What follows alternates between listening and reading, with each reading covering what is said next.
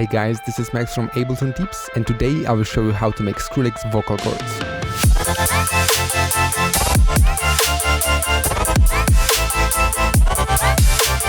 So the very first thing you need to start with is a vocal hook. It can be even your recording, but what we'll be looking for is one even note. So I've got this one. 'Cause I love you all the time. And you can already hear that we have three candidates. Here, here, and here.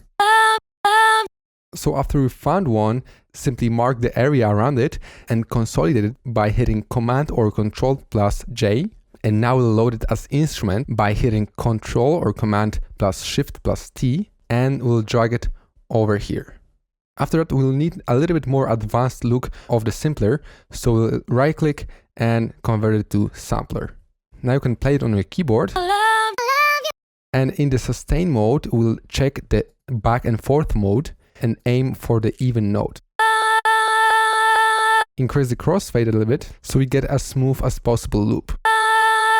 And now we can already start writing chords. So let's mark the area and hit Control or Command plus Shift plus M, and it will open up MIDI channel for us. And now we can write our chords here. I've got this.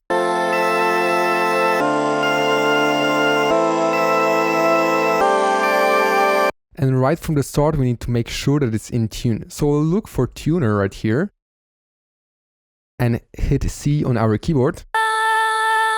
It's showing that it's A, so we'll need to go and set the root to A. And it's showing around 4 cents too high, so we can go down a little bit. Perfect. To make this sound even cooler, we can go into pitch section and decrease the amount. You can achieve really cool stuff with this section right here. So from now on, it's only dependent on how you want it to sound. For example, Skrillex likes a lot of distortion and OTT. So I will start with equalizing this sound. And we'll cut everything from the bottom.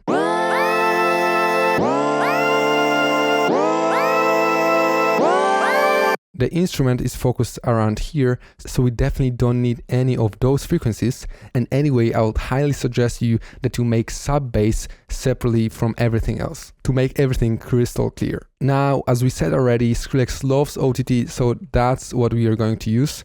That's a multiband dynamics preset in Ableton. You can also download the free VST to use in any other DAW. I would use slightly higher amount of 50%. To make it a little bit more high focused.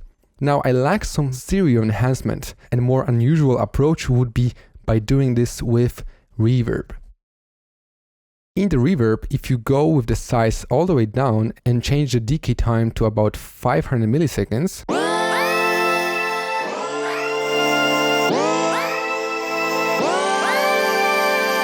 that's so-called room reverb, and this will bring your sound design to a whole new level. Definitely remember about that one when you're designing. Producers tend to forget about distortion, and in our case, overdrive will be a perfect candidate for that. We'll make it a little bit more high focused and just play with the dry.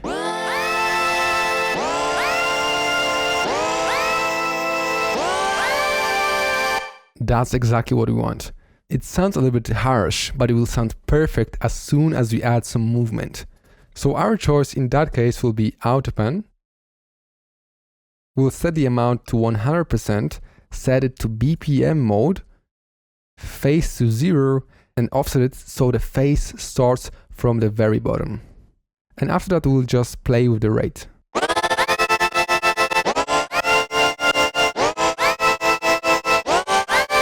We can automate it by clicking right click and show automation. I would go with something faster to slower. Perfect. And now just mark it without marking the bar and hitting Control or Command plus D 4 times in our case.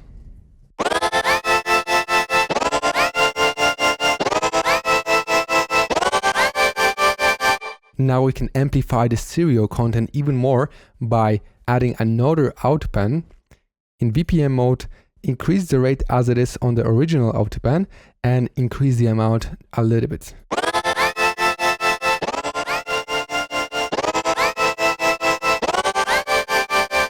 Make sure to not overdo it since it's our main instrument and we need to have it in mono more than in stereo. Now we still have a lot of harshness and simple EQ should do the work. People say that there's no golden settings, but I find that between 4 and 5 kHz, human ears are more sensitive.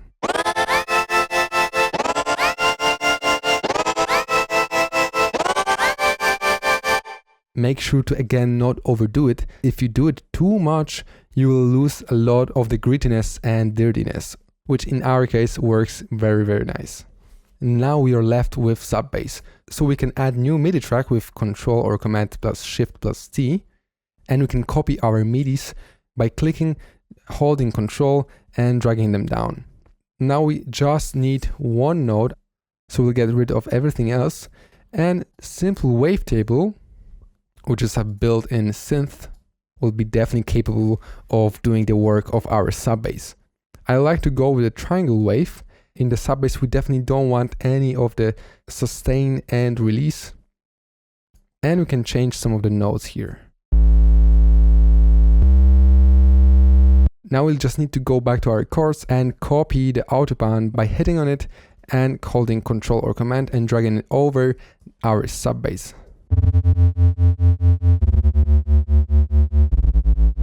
To make it more powerful, you can also copy it in octave by hitting Ctrl C and Ctrl V and now holding Shift and hitting arrow up or down.